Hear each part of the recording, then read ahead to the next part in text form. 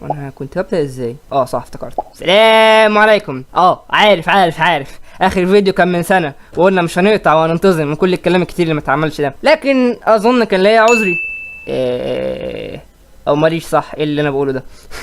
لا بهزر، كان ليا عذر بجد. صراحه كنت السنه دي في ثانويه عامه ثالثه ثانوي، وطبعا كنت متهان من كل حته، من 30 درس في الاسبوع، وكل حصه امتحانات، وكل شهر شوامل، وكل مدرس عامل حصتين وثلاث حصص في الاسبوع، والحصه بالاربع والخمس ساعات. لكن ده مش موضوعنا. الحمد لله يعني طلعنا عايشين من المجزره دي، واوريكم منظري دلوقتي وانا طالع من اخر يوم امتحانات من اخر لجنه ثانويه عامه.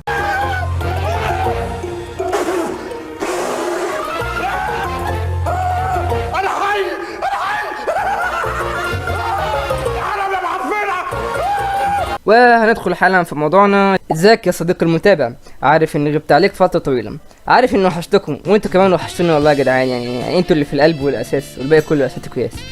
ايه اللي انا بقوله ايه ده؟ عامه فيديو النهارده يا صديقي عن مسابقه جديده دخلتها وانا في ثانويه عامه. ما هو اكيد مش هفضل طول السنه بلعب واتهزق مدرسين، لازم نشتغل شويه يعني هكذا. فاستغليت اعلان عن مسابقه جرافيك ديزاين كانت على النت بين مجتمع المصممين، وكان موضوعها عن بلدنا الشقيقه. فانا قعدت 3 ايام بلياليهم اصمم في صوره من الصفر، وانتوا عارفين طبعا احترافي وشغلي في التصاميم وقسم الدمج وهكذا، وده كله من فضل وكرم ربنا عليا. وطلعت بصوره ولا في الخيال ابهرت الحكام، وخدت بيها مركز من ال10 الاوائل. وفي الفيديو ده هوريكم التصميم اتعمل ازاي في 10 دقايق، وهنتكلم شويه في بعد الفيديو عن المركز اللي خدته والهدايا. وعلشان ما اطولش عليك اسيبك مع الفيديو.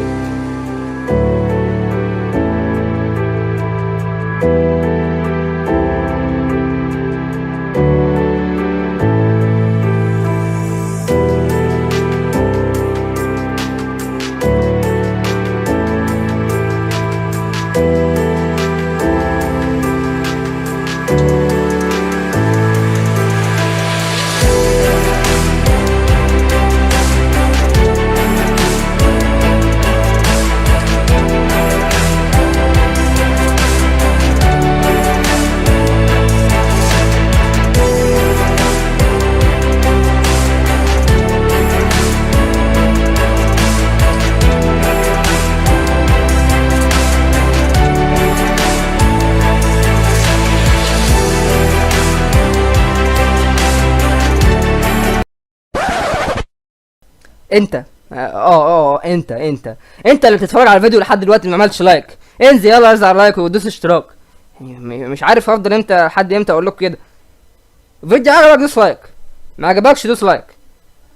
طبل لي انزل كده في الكومنتات تحت كده وطبل لي اشتغل اكتر، بطلع لكم فيديو حلو واديكم ملحوظات ونصايح تبقوا جرافيك ديزاينر كده شاطرين وحلوين زي انا القمر كده، فاهمين؟ اعمل لايك اشتراك طبل لي بقى. يلا مجد حبيبي خد قلبي عسل انت كده. يلا اسيبك مع الفيديو، يلا امشي انا بقى، سلام.